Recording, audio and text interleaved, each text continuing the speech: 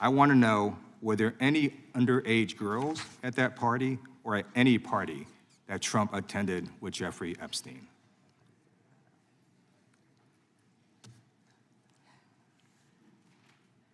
This is so ridiculous, and that they are trying to deflect from all the great things Donald Trump has done. There is no evidence that Donald Trump has committed a crime. Everyone knows that. This has been the most transparent presidency. He's the one that asked that those files I'm reclaiming my time. be I got your released. answer. You said there's no evidence. Trump asked Mr. Chairman, that please those stop the files clock. be Please signed, stop the clock. The legislation.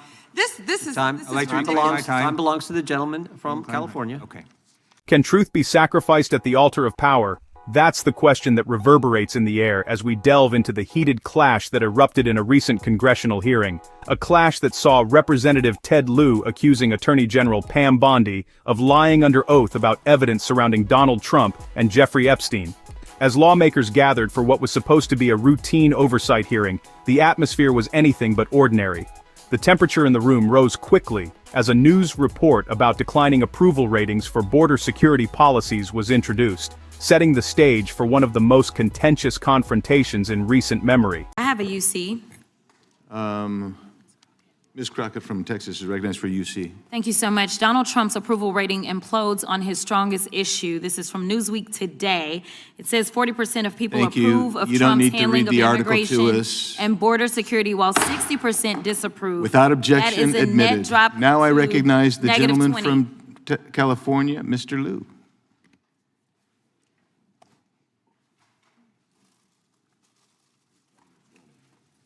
Thank you, Attorney General Bondi, for being here today. I'm going to show you two photos. Thank you. I'm going to show you two photos of former Prince Andrew.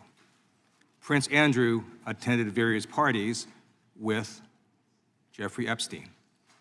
Under the law Congress passed, you were allowed to redact photos to protect the victims of Epstein's sex trafficking operation. You redacted the photos of this victim's face because you were following the congressional law. Is that correct?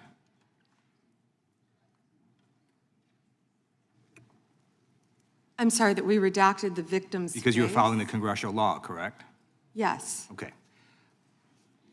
You have now established that please put the photos back up, that we are looking at a sex trafficking victim. Under the Federal Victims Trafficking Protection Act, not only is Jeffrey Epstein guilty, but anyone who patronizes Epstein's sex operation is also guilty of a crime. That's why I find it absolutely despicable that you sought to protect Epstein's clients, like former Prince Andrew. Last July, you closed the case on Epstein's abusers. The July 2025 memo from your Department of Justice stated, quote, "We did not uncover evidence that could predicate an investigation against uncharged third parties." These two photos, please put the photos back up. These two photos staring you in the face are evidence of a crime and more than enough evidence to predicate an investigation against former Prince Andrew. So I ask you, Attorney General Pam Bondi, why did you shut down this investigation last July, and why have you not prosecuted former Prince Andrew?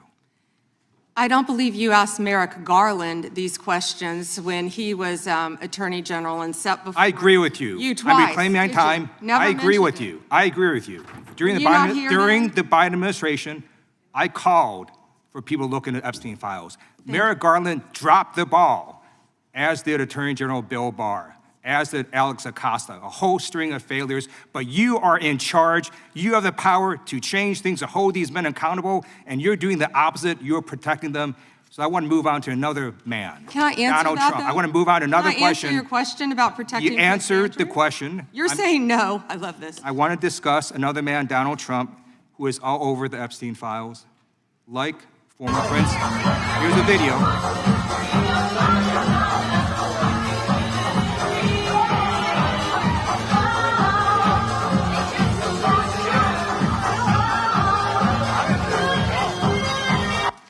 Like former Prince Andrew, Donald Trump attended various parties with Jeffrey Epstein.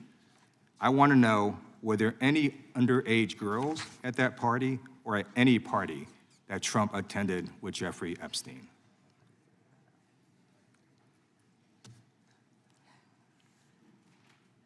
This is so ridiculous, and that they are trying to deflect from all the great things Donald Trump has done. There is no evidence that Donald Trump has committed a crime. Everyone knows that. This has been the most transparent presidency. He's the one that asked that those files I'm reclaiming my time. be I got your released. answer. You said there's no evidence. President Trump asked Mr. Chairman, please that stop the he clock. sign Stop the clock. the legislation. Time. This is Time. this I'd like is to reclaim ridiculous. my Time belongs to the gentleman from California. Okay. I'm going to put up another document from a witness who called the FBI's National Threat Operations Center because I believe you just lied under oath. There is ample evidence in the Epstein file. Don't you ever accuse me of a crime. I believe you just lied under oath, and this is on videotape. You said there's no evidence of a crime. I'm showing you, here is a witness statement who called into the FBI's Threat Operations Center. He drove Donald Trump around in a limo. He overheard what Donald Trump said to Jeffrey on his cell phone. He was so angry, he was going to stop a limo and hurt Donald Trump.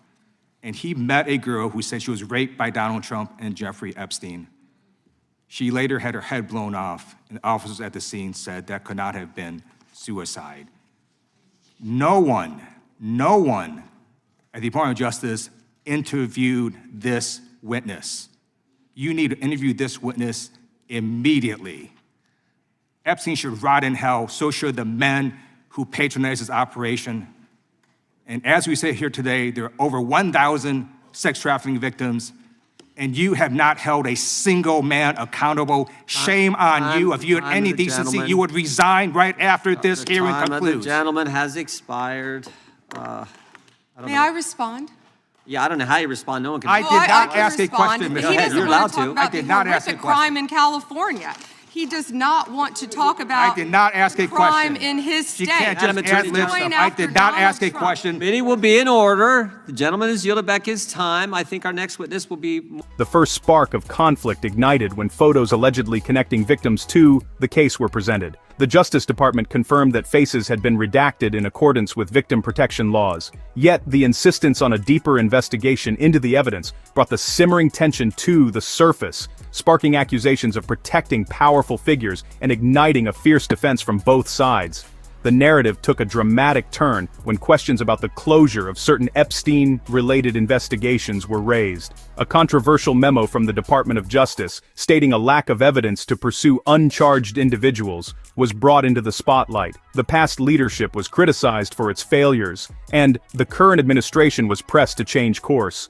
The hearing became a battleground of calls for accountability, escalating the confrontation to new heights. The showdown reached a fever pitch when the conversation veered towards Donald Trump's alleged connections to Epstein. Despite firm denials of any proven criminal activity, accusations of misleading statements under oath were lobbed, referencing a controversial witness claim. The room erupted into a cacophony of shouting, interruptions, and procedural battles, marking an all-out clash. As the hearing spiraled into chaos, demands for investigations and resignations echoed around the chamber. The chair struggled to maintain order as time ticked away. Amidst the boiling emotions and accusations of corruption and cover-ups, the confrontation ended abruptly, leaving a cloud of unanswered questions hanging in the air. This fiery clash didn't merely expose political disagreements, it highlighted deep divisions over accountability, transparency, and the handling of high-profile investigations. Supporters on both sides claimed victory, while critics argued that the chaos overshadowed the pursuit of truth. One thing, however, is certain: this explosive confrontation has fueled an ongoing debate about justice, power, and whether the truth behind these allegations will ever see the light of day. So, as we continue to dissect these moments of political clash and controversy, remember to hit that subscribe button. Stay tuned, because moments like these, they demand our attention, they demand our scrutiny. Because in the end, it's not just about the truth of one case. It's about the integrity of our institutions and our collective pursuit of justice.